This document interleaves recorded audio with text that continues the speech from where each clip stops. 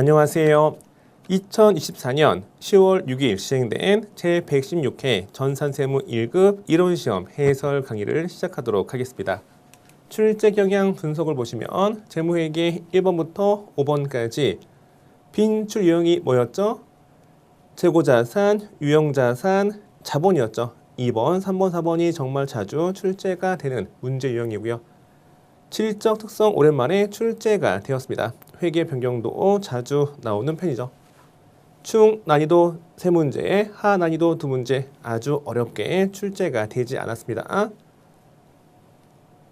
원가회계 6번부터 10번까지 난이도 하가 2문제, 난이도 중이 3문제 출제가 되었습니다.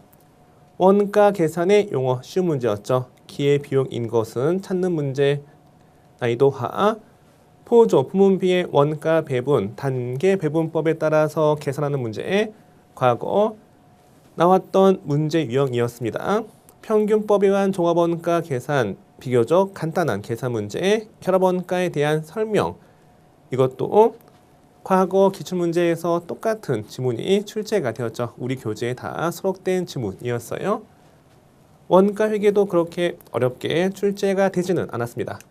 세법, 소득세법 1문제, 법인세법 1문제, 부가가치세법이 3문제 출제가 되었습니다. 11번, 소득의 구분, 근로소득인지, 사업소득인지 아니면 기타 소득인지 구분하는 문제, 난이도 하. 사업자 등록 관련된 문제, 난이도 하. 법인세법상 부당 행위 계산 부인 사례인 것은 아닌 것은 찾는 문제, 쉬운 문제였고요. 14번, 과세인지 면세인지 찾는 문제, 난이도 중. 15번, 세금 계산서에 대한 설명을 묻는 문제였습니다. 이것도 제가 수업 시간에 강조 많이 했던 부분에서 출제가 되었습니다. 1번 문제부터 차근차근 수업을 진행하도록 하겠습니다. 먼저 1번을 보시면 회계 정보의 질적 특성인 목적 적합성과 신뢰성은 서로 상충되어지는 거죠. 서로 해치는 거예요. 어느 한쪽이 만족이 되어지면 어느 한쪽이 덜 만족되어지는 거. 만약에 햄버거든 패스트푸드를 이제 섭취하게 되면 빠르게 또 쉽게 맛있게 먹을 수 있지만 많이 과하다 섭취하면은 건강해지죠. 한약은 몸에 좋지만 맛있어요. 이렇게 어느 한쪽이 만족되어지면 어느 한쪽은 만족되지 않는 게 뭐다? 상충관계다. 이렇게 보시면 되고요. 목적 적합성은 의사결정 관련이 있는 거죠. 의사결정 차이를 불러일으키는 게 목적 적합성. 신뢰성은 뭐다? 그렇죠. 믿음이 가는 정보, 믿음이라고 보시면 됩니다. 어느 하나가 만족되어지면 어느 하나가 덜 만족되어지는 걸 의미합니다. 상충되는 질적 특성 간의 선택은 둘 중에 하나를 무조건 선택하는 게 아니고요. 재무보고의 목적을 최대한 달성할 수 있는 방향으로 이루어져야 합니다. 이 문구도 과거에 출제가 된 적이 있죠. 다음 중 상충되는 질적 특성 간의 선택의 성격이 나머지와 다른 것은 무엇인가? 자산을 평가하는 방법, 원가법은 여기는 신뢰성이 높은 방법이고 시가법은 목적 적합성이 있는 방법이 됩니다. 목적 적합성을 선택한 경우 2번 수익 인식 방법을 진행 기준이 아닌 진행 기준은 목적 적합한 방법이고 완성 기준은 신뢰성이 높은 방법이 되겠죠.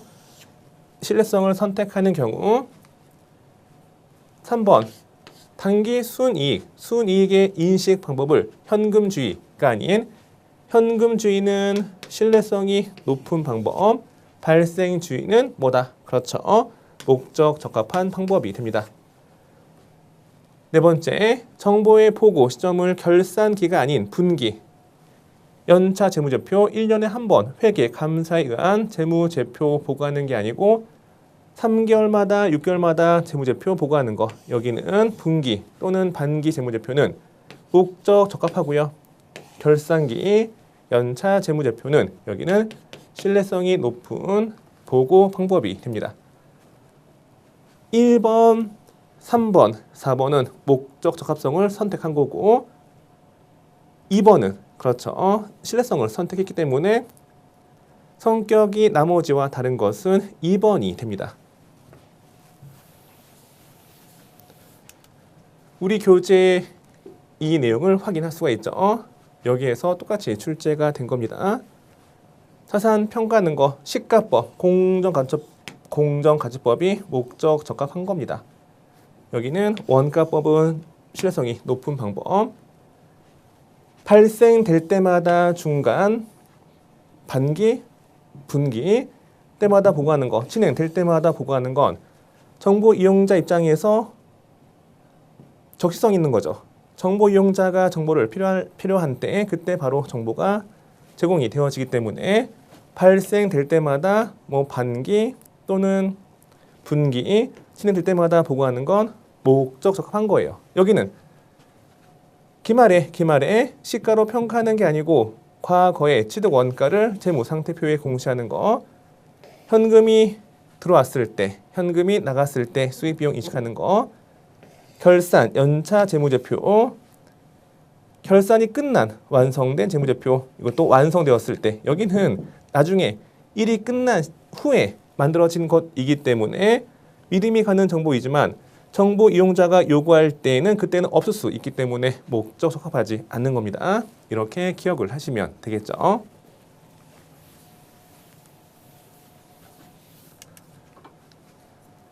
(2번) 문제 2024년 12월 31일 현재 회사 창고에는 재고가 없으며 다음의 금액이 포함되어 있지 않습니다.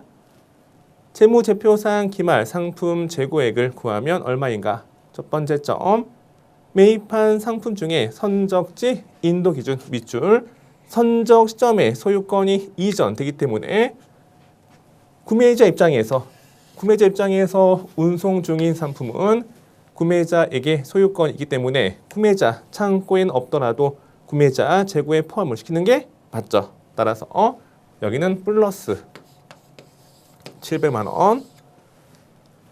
두 번째 점을 보시면 위탁 판매를 위해 수탁자가 보관 중 상품. 판매자 입장에서 수탁자에게 판매를 부탁하면서 보낸 물건, 수탁자가 판매하지 않았으면 소유권이 누구한테 있다? 그렇죠. 위탁자에게 있기 때문에 위탁자 창고에 없더라도 위탁자 재고에 포함을 시키는 게 맞습니다. 플러스. 세 번째 점, 시용 판매를 위하여 소비자에게 인도한 상품. 여기는 수익 인식 시점이 언제다? 그렇죠. 소비자가 매입 의사 표시했을 때 이때 판매된 거지 이전에는 판매된 게 아니에요. 일단 사용해 보시라니까요 하고 소비자에게 인도했는데 판매가 되지 않았으면 판매자 창고에 없을지라도 판매자 기말 재고에 포함이 되는 게 맞겠죠. 따라서 여기도 플러스 더해 주시면 됩니다. 그 밑에 네 번째 점, 할부 판매 계약에 따라 고객에게 인도된 상품. 대금을 미회수할지라도 할부 판매는 인도했을 때 판매가 된 것이기 때문에 인도했을 때 소유권이 이전되어지는 거죠. 판매자 재고가 될 수가 없어요. 무시. 따라서 2번 문제는 700만 원 운송 중인 상품, 위탁품 400만 원, 시용품 200만 원. 답은 1,300만 원이 됩니다.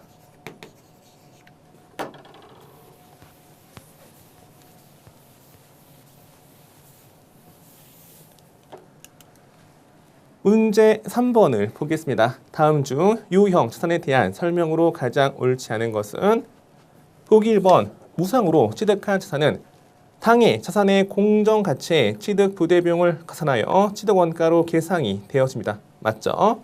2번 토지와 건물을 모두 사용할 목적으로 일괄 구입한 경우에는 토지와 건물 각각의 어떤 금액, 그렇죠, 공정가치예요. 공정가치를 기준으로 안분하여 취득원가가 계상이 되어집니다. 세 번째, 서로 다른 용도의 자산과 교환하여 취득한 유형자산 취득원가는 여기는 이종 자산 간의 교환이죠. 이종 자산 간의 교환이고요. 이때 취득원가는 제공한 자산의 장부가액이 아니고 뭐다? 그렇죠. 공정가치예요. 여기도 공정가치, 여기도 공정가치, 여기도 공정가치입니다. 따라서 옳지 않은 건 3번이 되겠죠. 네 번째, 유형자산 취득과 관련하여 국공채를 불가피하게 강제 매입할 때 당해 채권의 매입 금액과 일반 기업 회계 기준에 따라 평가한 현재 가치와의 차익은 유형자산 취득원가에 포함이 되었습니다. 맞죠? 3번의 답은 3번이 됩니다.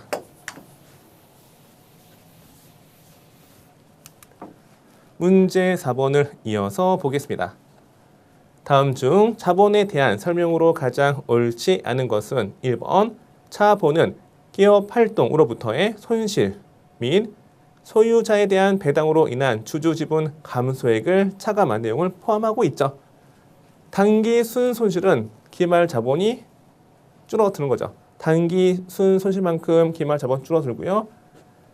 배당했다. 배당 후만큼은 당연히 현금 배당 등은 자본이 줄어드는 겁니다. 주주지분 감소액을 차감한 내용을 포함하고 있는 게 맞아요. 두 번째, 이익잉여금 처분으로 상각되지 않은 주식 할인 발행 차금은 향후 발생하는 무엇과 주식 발행 초과금과 우선 상계합니다. 맞죠? 세 번째, 기업이 현물을 제공받고 주식을 발행한 경우 우리 회사가 만약에 건물을 주주로부터 제공받고 그 대가로 주식을 발행했다. 그러면 제공받은 건물의 현물의 공정가치를 주식의 발행 금액으로 하는 게 원칙이죠. 맞습니다. 네 번째, 지분 상품 주식을 발행하거나 취득하는 과정에서 발생하는 자본거래 비용. 자본거래 비용은 신주 발행비는 원칙 주식 발행 초과금에서 차감하거나 주식 할인 발행 차금의 가산이 됩니다. 그런데 중도에 포기한 자본거래 비용 포기했어요. 그러면 관련된 신주 발행비는 여기에서 차감하거나 여기에서 더하는 게 아니고 단기 비용 처리합니다. 이것도 과거에 출제가 되었던 문구죠. 일반 기업회 기준서에 나와 있는 문구예요. 따라서 가장 옳지 않은 건 4번이 됩니다.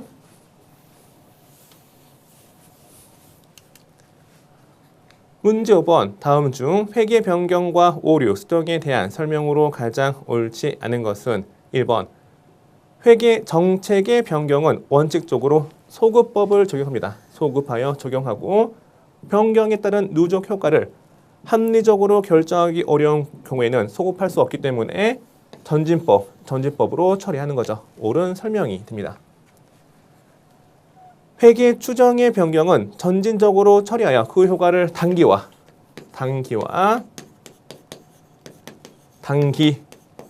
이후 기간에 반영하는 거예요.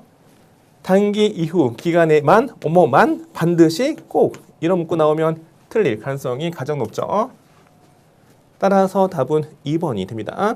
3번, 회계 정책의 변경과 회계 추정의 변경이 동시에 이루어지는 경우에는 먼저 선 소급법, 후 전진법이 적용이 됩니다. 이것도 수업 시간에 강조 많이 했죠.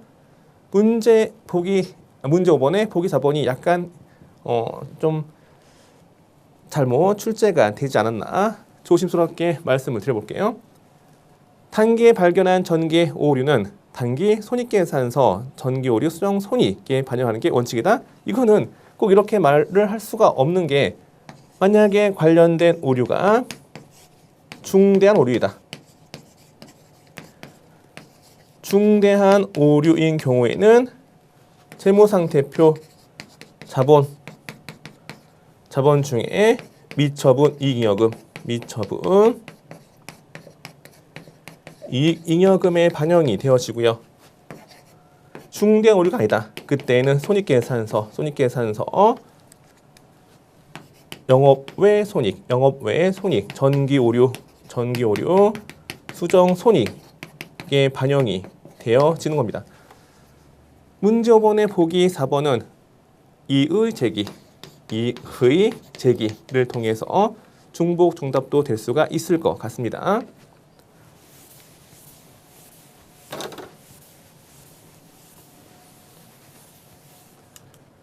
원가 회계 문제를 풀도록 하겠습니다. 다음의 각 내용이 설명하는 원가 계산의 용어로 모두 옳은 것은 동그라미 기억을 보시면 제조 원가를 공정별로 구분하여 집계하는 원가 계산 제도로서 정유업, 화학공업 등과 같이 동일한 종류의 제품을 계속적으로 대량 생산하는 연속 생산 형태 기업이다. 뭐죠? 공정별 원가 계산. 그렇죠.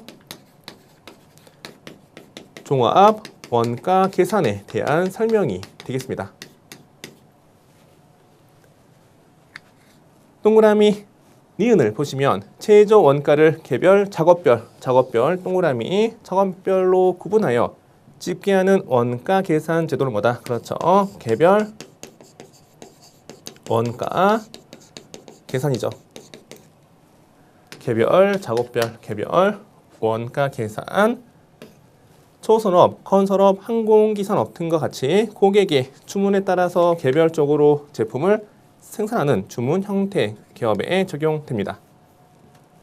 동그라미 디귿, 동일한 제조 공정으로 가공하면서 발생한 원가를 제품의 어떤 방법으로 배분할 것인지를 결정하고 그에 따라 결합 제품의 각각에 대해서 제품 원가를 결정하는 원가 계산 제도로서 낙농업, 정유업, 석유 산업 등이 기업에 적용된다. 뭐죠? 그렇죠. 결합 원가 계산. 여기는 결합, 여기는 개별, 여기는 종합 원가 계산이 됩니다. 따라서 답은 4번이 되겠습니다. 쉬운 문제죠. 문제 7번을 보시면 창고에 보관 중이던 오래된 제품 300만 원을 현재 상태로 처분하거나 처분할 것인가? 아니면 90만 원 추가 투입하여 수리 후 처분할 것인가? 바로 처분할 것인가?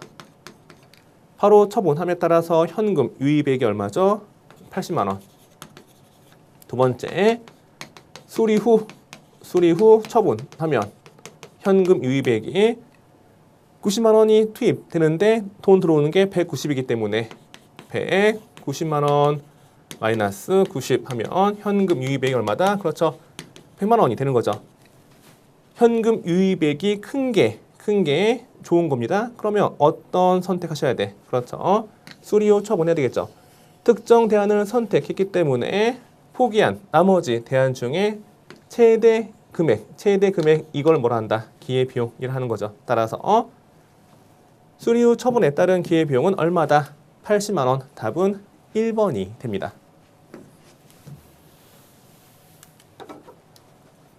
8번 제조 부문과 보조 부문 간의 용역 비율은 다음과 같다. 제조 부문 P2 여기죠. P2에 배분될 보조 부문 원가 총액은 얼마인가? 단기 배분법을 사용하며 S1부터 배분한다. S1에서 S2로 가는 건 인정하죠. 반면에 S2에서 S1 가는 건 인정하지 않는 방법이 됩니다. 먼저 S1 제조원자비를 배분할게요. 몇 대 몇으로? 그렇죠. 4대 3대 3. 그러면 여기가 40만 원, 여기가 30만 원, 여기가 30만 원이 되겠죠. S2에서 배분해야 될 제조원자비는 S2 자체 발생한 제조원자비에다가 S1에서 배부받은 금액을 더하면 됩니다. 따라서 여기 30만 원 더할게요. 더하면 S2에서 배분해야 될 금액이 얼마다? 그렇죠. 180만 원. S2에서 S1 가는 거 무시하는 거죠. 무시하고 3대 5의 비율로 뿌리면 돼. 여기를 찾는 거니까 별표시 1번 해당 배분되는 금액은 전체 배분 대상 금액 180만 원 곱하기 몇 대 몇? 30대 50 전체 80에서 50의 비율로 배분하시면 됩니다. 그러면 이 금액이 얼마가 될까요? 계산기 통해서 확인해 보는 시간을 갖도록 하겠습니다. 112만 5천원. 여기가 112만 5천원. S1으로부터 배분받은 금액이 30만원. S2로부터 배분받은 금액이 112만 5천원. 더하면 얼마다? 그렇죠. 142만 5천원. 답은 3번이 됩니다.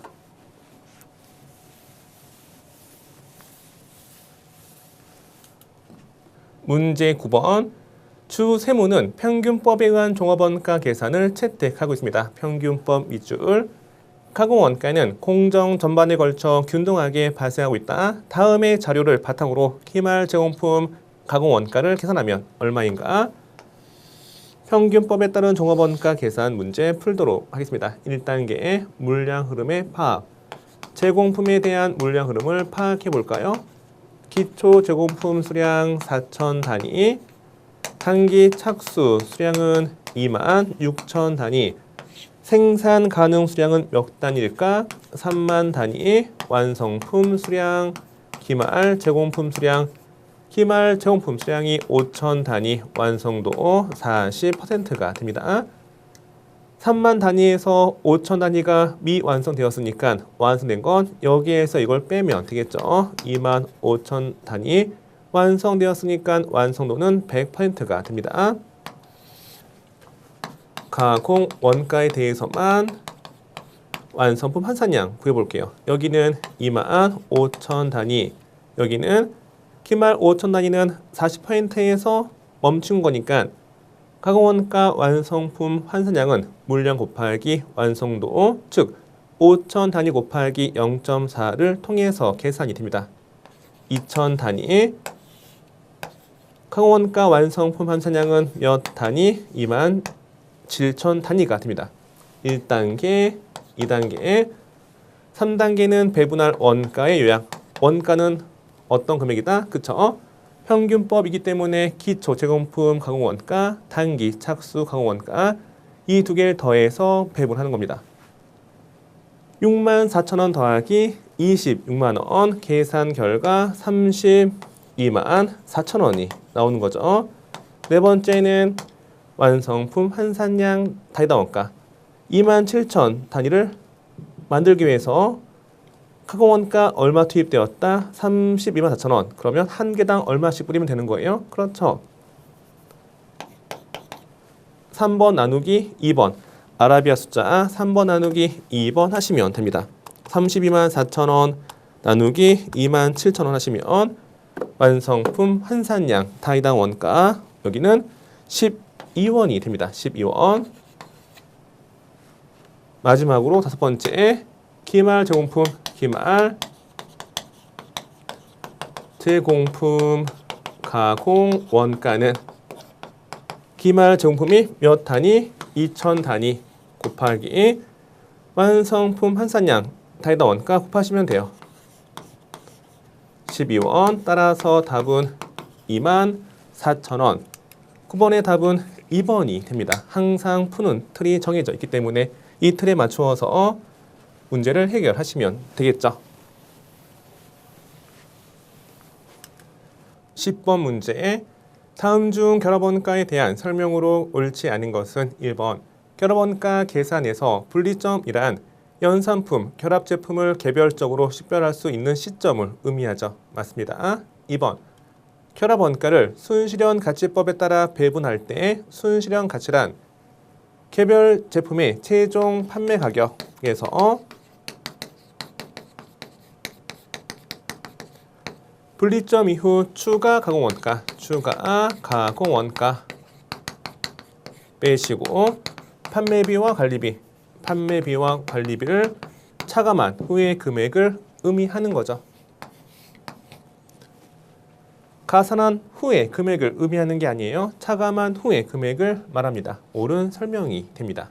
세 번째, 결합원가를 균등 이익률법에 따라 배분할 때 조건이 같다면 추가 가공원가가 높은 제품에 더 적은 결합원가가 배분이 됩니다.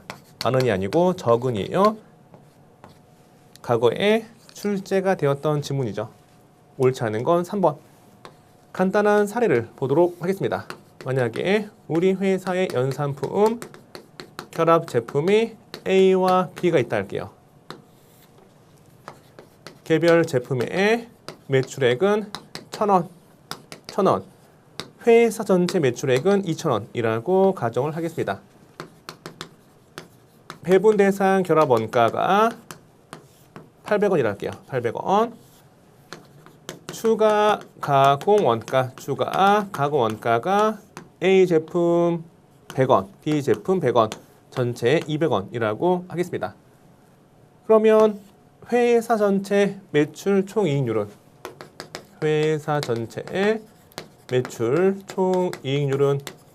얼마가 될까요? 회사 전체 매출의 2,000원 분의 회사 전체 원가 800원 더하기 200원 1,000원. 1,000원. 그러면 매출 총이익률은 얼마? 그렇죠. 50%가 됩니다.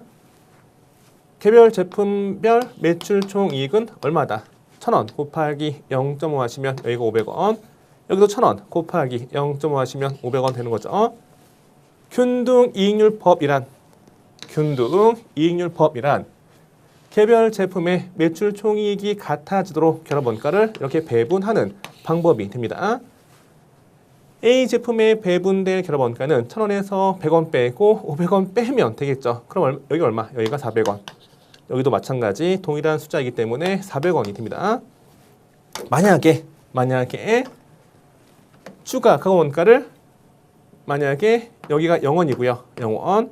여기를 200원 이렇게 볼게요. 200원. 그러면 A 제품의 배분될 결합 원가는 1,000원에서 200원 빼고 500원 빼니까 얼마다? 300원 되는 거죠. 결합 제품 B의 배분될 결합 원가는 800원에서 0 빼고 500원 빼니까 얼마다? 1,000원에서 0 빼고 500원 빼니까 여기는 500원이 됩니다. 추가 가공 원가가 높아질수록 결합 원가 배분되는 게 어때요? 그렇죠. 줄어드는 거죠. 왜? 매출 총이익이 같아지도록 배분하기 때문에 그렇게 될 수밖에 없는 겁니다. 따라서 10번의 답은 3번이 됩니다. 4번. 부사물을 판매기준법에 따라 회계 처리하는 경우 판매기준법은 판매될 때 판매이익을 자이익으로 계산하는 방법이죠. 부사물의 결합원가를 배분하지 않고 판매할 때 판매이익을 자이익으로 계산하는 게 판매기준법이 됩니다. 옳은 설명이 맞습니다.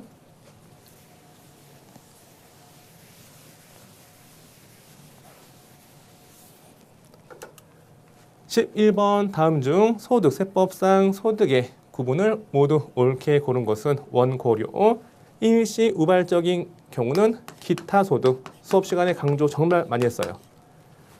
프리랜서, 사업상 독립적으로 계속 반복하는 프리랜서의 경우는 사업소득. 근로자가 업무와 관련하여 존속되어서 회사 사보를 게재한 경우는 근로소득이 되겠죠. 따라서 답은 4번이 됩니다. 쉬운 문제. 12번. 다음 중 부가 가치세법상 사업자 등록에 대한 설명으로 가장 옳지 않은 것은 보기 1번. 신규로 사업을 개시하고자 하는 자는 사업 개시일 전이더라도 사업자 등록이 가능해요. 맞죠? 2번. 사업자 등록을 신청받은 관할 세무서장은 신청일로부터 며칠? 과거에는 3일이었는데 세법이 개정되면서 2일이 되었죠. 몇 년 전에 개정된 세법이고요. 1일 이내 사업자 등록증을 발급해야 하며 사업 현황을 확인하기 위해 필요하다고 인정되면 발급 기한을 5일 이내 연장 가능해요. 맞죠? 최대 7일이 소요됩니다. 3번. 단독 개인 사업자의 대표자 변경하는 경우 여기는 사업자 등록 정정 신고가 아니고 사업자 등록 정정 사유가 아니고 폐업 사유예요. 폐업 사유. 따라서 옳지 않은 건 3번이죠. 단 예외가 있어요. 상속으로 인하여 개인 사업자 대표자가 변경되는 경우 그때에는 사업자 등록 정정 사유가 됩니다. 그 단서가 없으면 폐업 사유예요. 따라서 옳지 않은 건 3번이 되겠죠. 4번. 사업자의 상호를 변경하기 위해 정정하는 경우에는 신고일 당일 사업자 등록증 재발급 사유가 맞습니다. 13번 문제. 다음 중 법인세법상 부당 행위 계산을 적용함에 있어 조세 부담을 부당하게 감소시킨 경우가 아닌 것은 단 포기의 거래는 시가와 거래 가액 차이가 3억 원 이상 또는 시가의 5% 이상 요건을 모두 충족했다라고 가정하는 거죠. 현저한 이익의 분요건이 충족되었다고 가정하고 있습니다. 부당행위 계산을 적용함에 있어 세 가지 요건을 만족해야 합니다. 누구와의 거래일 것? 그렇죠. 특수관계인과의 거래일 것. 두 번째, 조세 부담을 부당하게 감소시킬 것. 세 번째는 현저한 이익의 분요가 있을 것. 현저한 이익의 분요 요건이죠. 단 특정 거래 한정이 됩니다. 해당 문제 포인트는 특수관계인과의 거래인지아닌지 파악하는 게 중요하고요. 먼저 1번, 법인이 대표이사의 배우자 특수관계인으로부터 자산을 시가보다 높은 가액으로 고가 매입했다. 고가 매입한 거 법인의 조세 부담을 부당하게 감소시킨 경우이기 때문에 부당 행위 계산 적용이 되겠죠. 두 번째, 직원은 특수관계인이 맞아요. 맞는데 법인이 직원에게 사택을 무상 제공하는 경우 근로자가 열심히 일하라고 이렇게 제공을 해준 것이기 때문에 부당행위 계산 적용을 받지 않는 거죠. 따라서 답은 2번이 됩니다. 세 번째, 법인이 대표이사 자녀 특수관계인에게 무상으로 금전대여한 경우 부당행위 계산 적용되고요. 세 번째, 대주주인 임원의 출연금, 임원이 부담해야 되는 돈을 법인이 대신 부담하는 경우 이것도 부당행위 계산 적용이 되어집니다. 따라서 13번의 답은 2번이 되겠죠. 해당 문구도 과거에 자주 출제가 되었습니다.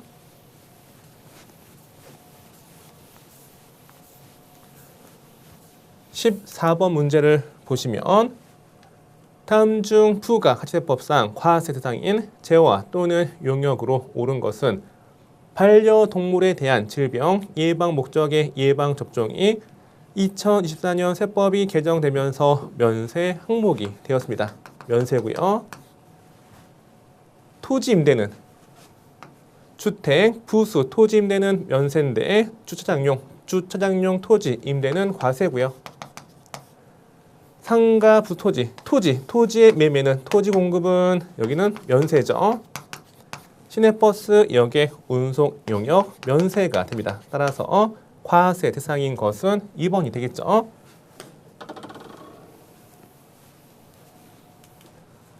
부동산 공급 임대에 대한 부가치세 과세 여부 중요하니까 한 번 더 보시면 토지 매매는 뭐다? 그렇죠. 면세. 토지 임대는 과세요. 단 주택 부수 토지 임대는 면세가 되겠죠.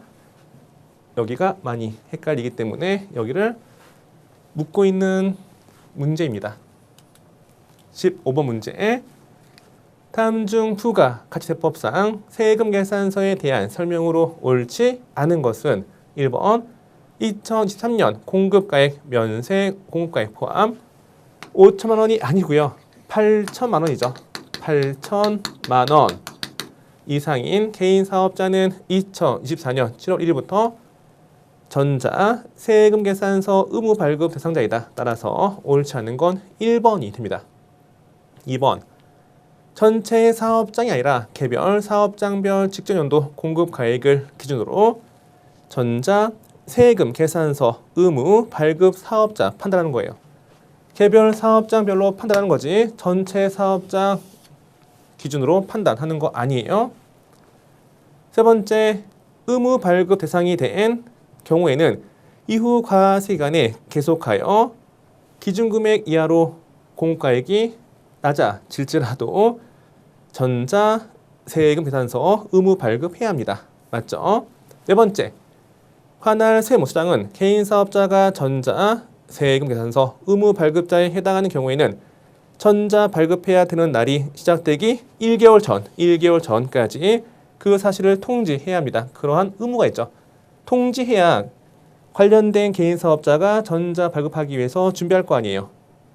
실무적으로 필요한 규정이고 우리 시험과 관련되어서는 지역적인 내용이죠. 보기 4번을 모른다 하더라도 나머지 지문 가지고 풀 수 있는 문제가 됩니다. 이 금액이 워낙 중요하기 때문에 다 어렵지 않게 풀 수 있었을 거라고 생각이 되어지네요. 이번 시간은 제 116회 전산세무 1급 이론시험 해설 강의였습니다. 감사합니다.